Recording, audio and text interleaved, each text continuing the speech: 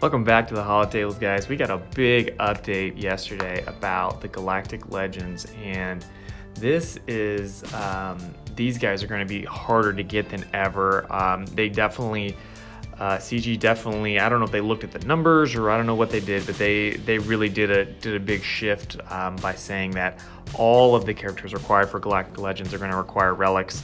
So I mean, it looks grim right now, guys. You got to have a Relic 7 Scav Ray. Let's look at the new requirements here. So on 2 of 4 here, you got to have Relic 7 Scav Ray, Relic 3 Resistance Pilot, and Relic 5 Poe. When I saw these, I just went ahead and threw in the towel and said, look, I'm not gonna get this day one, so there's really no reason for me to continue to sandbag my GP and continue to hold on to mass amounts of gear. Because in the meantime, if I'm gonna have to relic these guys anyway, then I might as well get them online and make them usable characters rather than just kind of sitting on my same roster. My roster hasn't moved in 2 months, so anyway, those are crazy. And what's scary is probably in 2 weeks we're gonna have another 3 characters, so we can probably look at those and speculate. My hope is that it's all 3 of the droids, because I already have those guys done, at least reliced. They'll require a little bit of relic material, but I'm hoping that it's 3 droids. But we don't really know at this point. We'll definitely find out. My assumption has been up to this point that these next 3 will be characters, and then in the last phase, that will be ships. So that'll be either the Resistance capital ship, or honestly, what I think they might be doing here is I think they might reverse the capital ship requirement, where you're going to need the first order ships to get Rey, and the Resistance ships to get Kylo. So I think that is a legit possibility, and because we're seeing the capital ship this early and it's not immediately a requirement for Rey, I think it's a big assumption for us that the Raddus is actually going to be required for Rey, and that the Finalizer is actually going to be required for Kylo.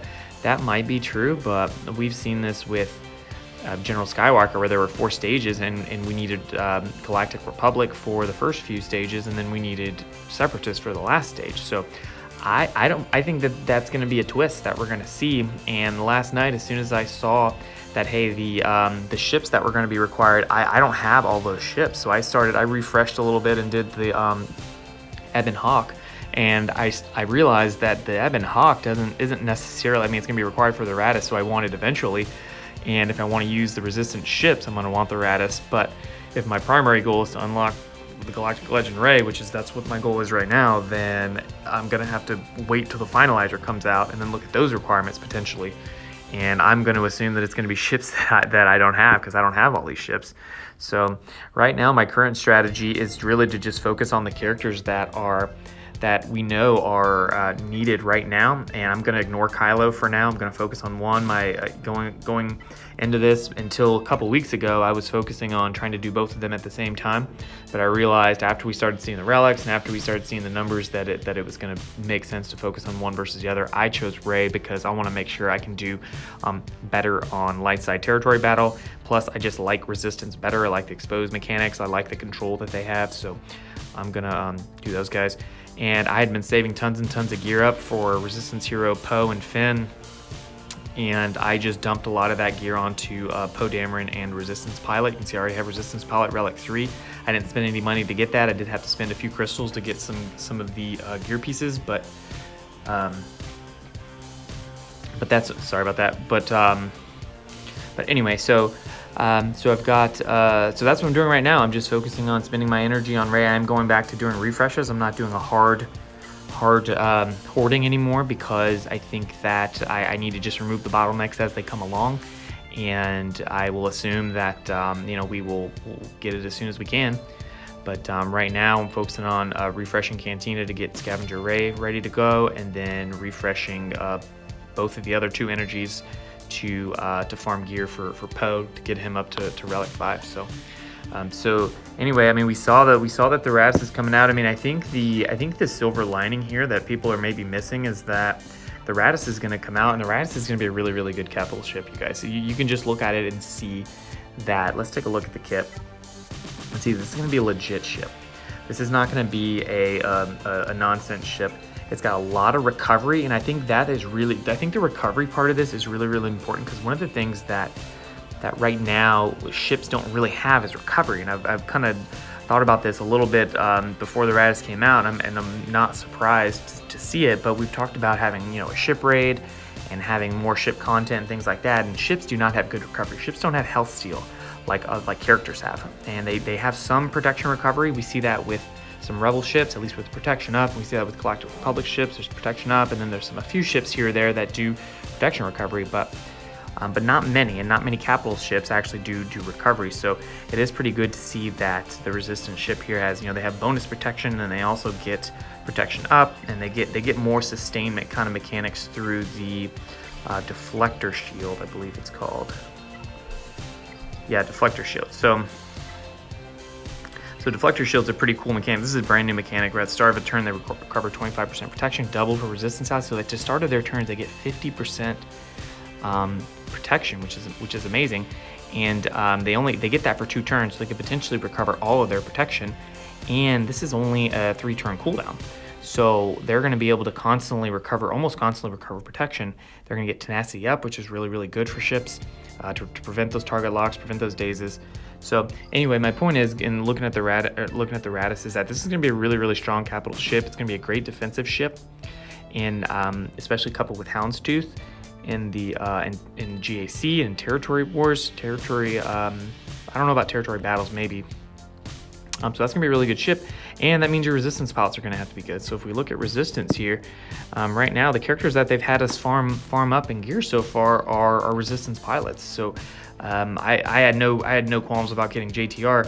The other characters that they've asked us to do, besides resistance trooper, I guess, but these are good ships, and they're going to get even better now with the Radis. So I don't have any qualms about getting these guys. I know a lot of people have complained about these requirements and things like that, but you're going to want the Radis. You're going to want more capital ships, especially if there's a raid coming out that includes ships, and especially to bolster territory battles and territory wars and GAC when they include ships. I mean, you're going to want more better ships.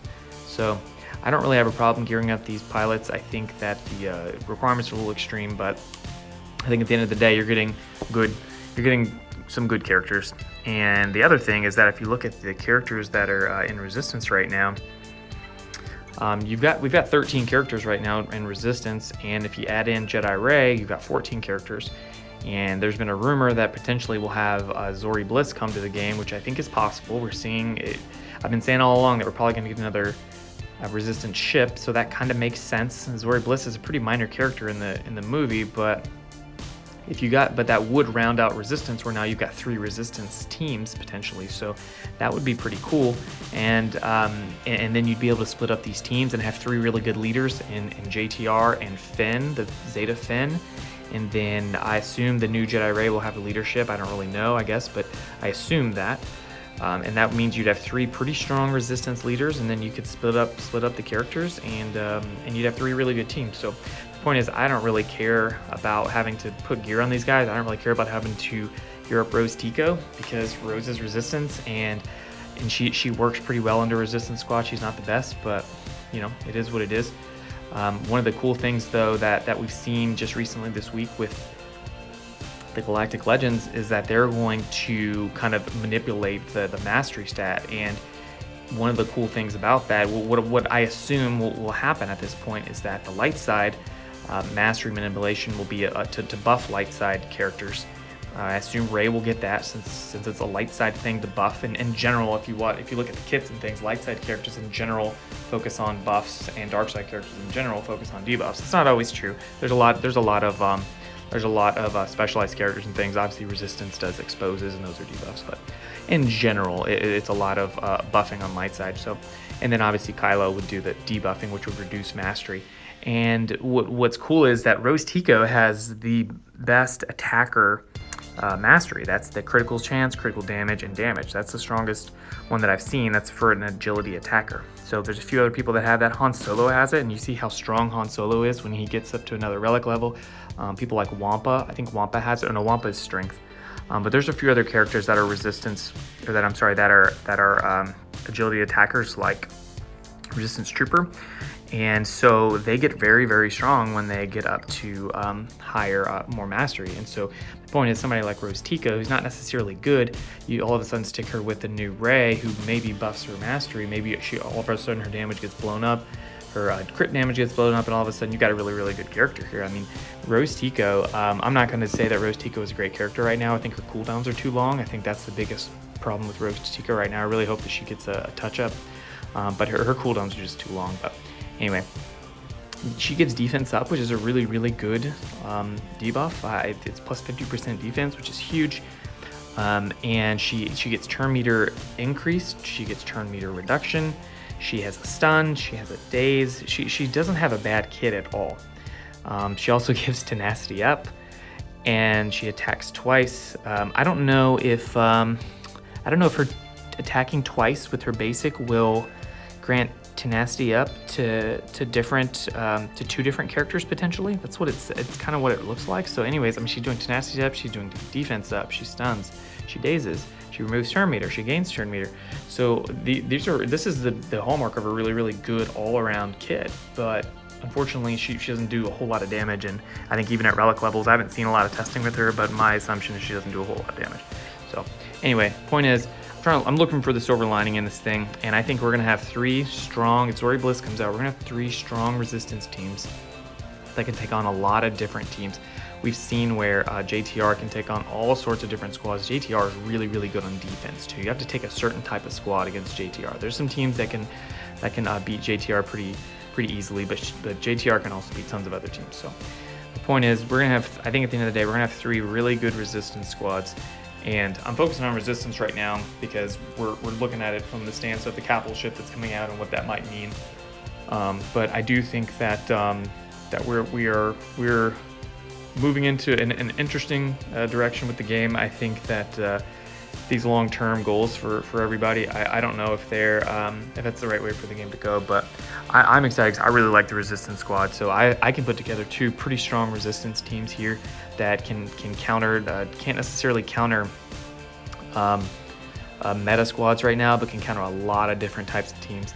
So I'm excited about that. I went ahead and actually put a Zeta on Fen just because I knew that at the end of the day, I'm probably going to want Fen to have a Zeta. I'm going to want to be able to pull him away from JTR and have a second resistance team because I have all these other characters that I'm going to be able to use.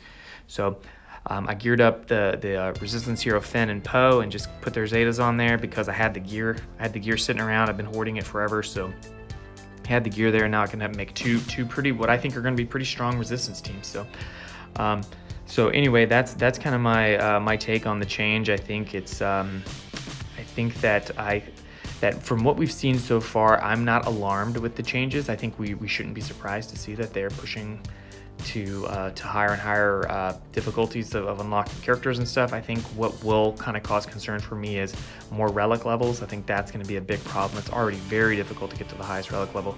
And then I also think that either a gear, not a gear cap, but a level cap increase will be a big problem. And I think higher tiers of mods will be a big problem. So I think those 2 things, those 2 or 3 things are definitely problematic. Requiring relics to get on every character to get the Galactic Legend, I don't really think that that's a problem. I think that we should have seen that coming. I don't think that should be a surprise to anyone. But the bigger surprise to me is the backlash that we're seeing of it, to be honest with you. I think that, relics have been out for, 6 months now? And why are we surprised that new characters coming out, that are going to be meta-defining characters for sure, require relics to unlock? You know what I mean? It's not a surprise to me. I don't know why it's a surprise to anyone else, but anyway. So that's what I'm doing right now. I'm focusing on just getting through the bottlenecks, and I haven't spent any money on this game since I think November, since about around Thanksgiving time. So I'm gonna do my best to unlock these guys free to play and see how they are. I have a feeling I'm gonna have to spend a little bit to get them though. So right now though, I did have hopes of unlocking them free to play, but I don't know if that's likely at this point. So anyway, I just wanted to do a video on this and kind of collect my thoughts and kind of talk to the the other hollow table heroes out there. So leave a comment below. Don't forget to like the video, and if you want to see more content, go ahead and subscribe. Thanks.